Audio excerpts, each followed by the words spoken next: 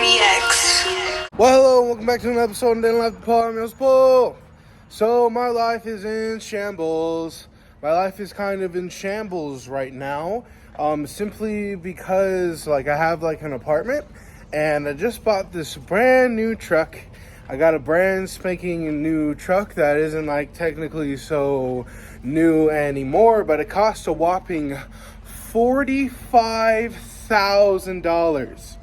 And, of course, maybe if you're watching this, that's not, a lot of money to you, but $45,000 is, a lot of money to me.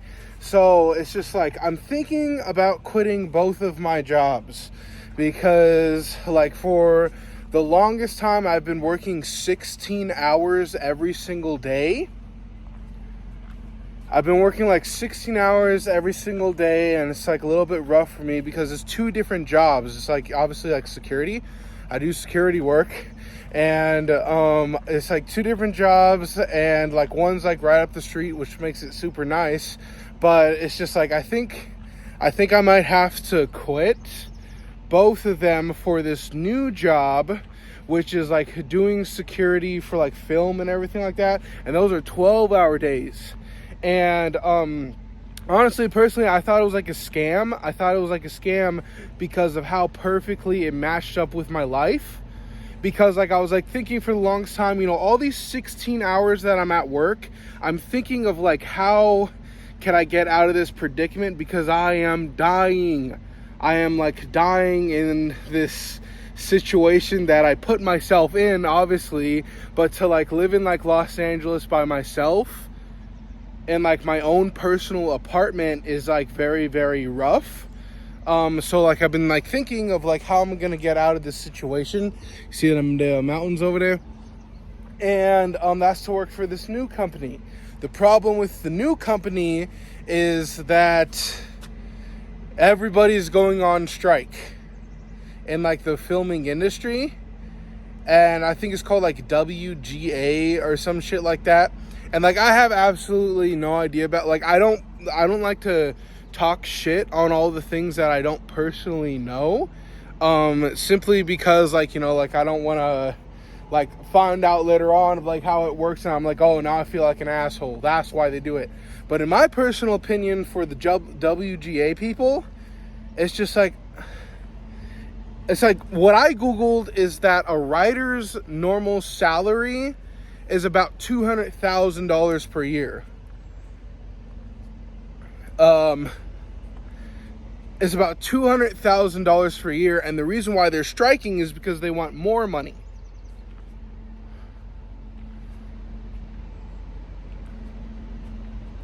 And it just didn't make a lot of sense to me.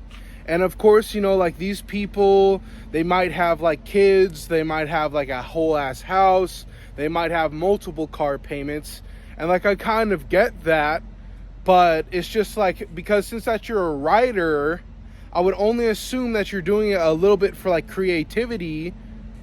So I really don't understand why these people, they're standing out in front of Paramount Pictures, they're standing out in front of WB, Warner Brothers, and they're striking, and they're literally physically making sure that no trucks don't enter in.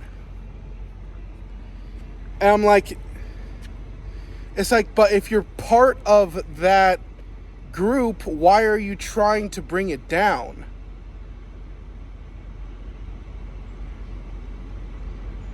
It's as an example, if you're a Democrat and the Democrats are doing something, and then you as a Democrat are going to go out and then try to stop the Democrats from doing something, or a Republican, or if you're a Republican and you're out there and you're trying to stop them from doing something, it's I really don't understand it, because I guess they need the writers to write the shows, obviously, but it's just for me, if I had the ability to write shows, man, you could pay me 50% of what you're paying right now. You can give me $100,000 a year. I'm gonna be happy as hell. I'll tell you that right now. because like also I do understand like with the writing process, you don't just like, it kind of comes to you in sections of like, oh, this would be good, oh, that would be good, oh, let's try this and that.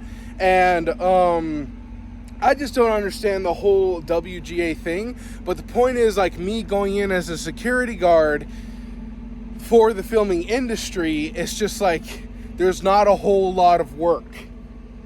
I have given myself till July 10th. July 10th is like, I marked it on all of my calendars. I'm going to make another video because unfortunately because my creative process, my habits, my hobbies include making YouTube videos. And of course I would like to make that a career. But like, speaking logically, I don't think that's like, possible for me to do that. But I'm trying to make more videos. I'm shooting for clearing out my life for like 2024. That might seem like it's a long ass time away for me to like make consistent videos.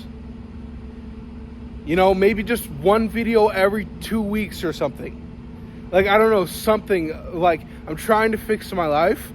But it doesn't seem that it's like, no, it's possible. It's just very, very, very difficult. It's a very hard thing for me to become like a YouTuber.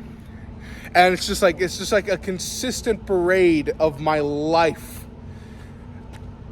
Of like, because even before I was working 16 hours a day, that was like when I was homeless. And I was in like government housing. They kind of have to, scoop me off the street and then like, put me like in like this little program. And then they got me a job. And the weird thing about that is like, they got me a job, but I was working 2 days a week. I didn't say that wrong. I was working 2 days a week on minimum wage, an 8-hour shift. And then I did that for like the longest time. I'm living up in this freaking government housing and everything like that. And I'm like, yo, this is not gonna work out, because like they're just gonna send me back out to the streets, because like before that I went to jail and like I did this 90-day program. The judge said, all right, you don't mess up for 90 days, we're gonna wipe everything off of your record. And the reason why I went to jail is because I went to Logan Paul's house. Logan Paul is like a YouTuber, and like I went to his house. I showed up at that time I was on medication because like I was in a car accident, and then the doctor prescribed me psych medication, okay? so at the end of the 90 days in like this halfway house, a halfway house is like jail, but you can leave. You can go, but you have to be back before, I think it was like 10 o'clock at night or whatever. And then at the end of the 90 days, you literally just pack up all your stuff, and then holy crap, I'm back out on the streets. They literally just, no help whatsoever. No, that's a lie, because like I did get my EBD card through them and everything like that. All the other, there was like methamphetamine, like meth heads.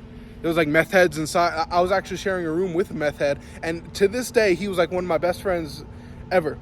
But then like I was homeless again, and then I found the program and everything like that. So me working the 2 days a week, I'm like, holy crap, they're literally, once this program ends, they're just gonna let me out on the streets. So I went and got my guard card.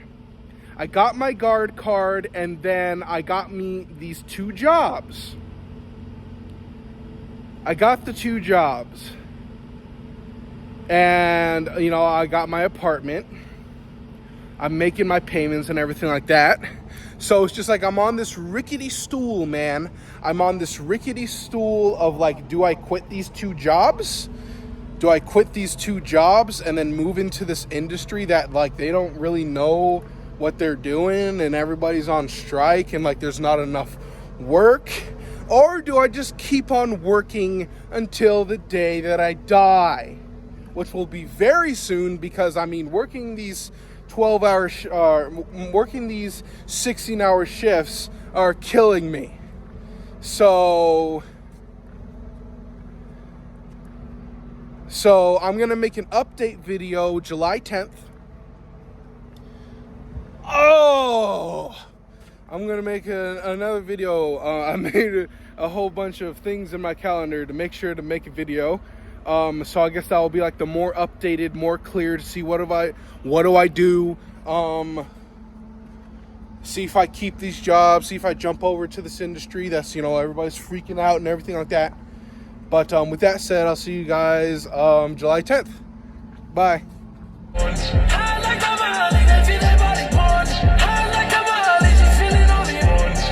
Oh, also go back and watch every single one of my videos from the beginning, because I used to live in a tent.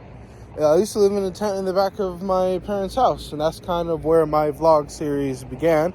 Get yourself a pen and a notebook and make sure that you watch every single episode. Goodbye.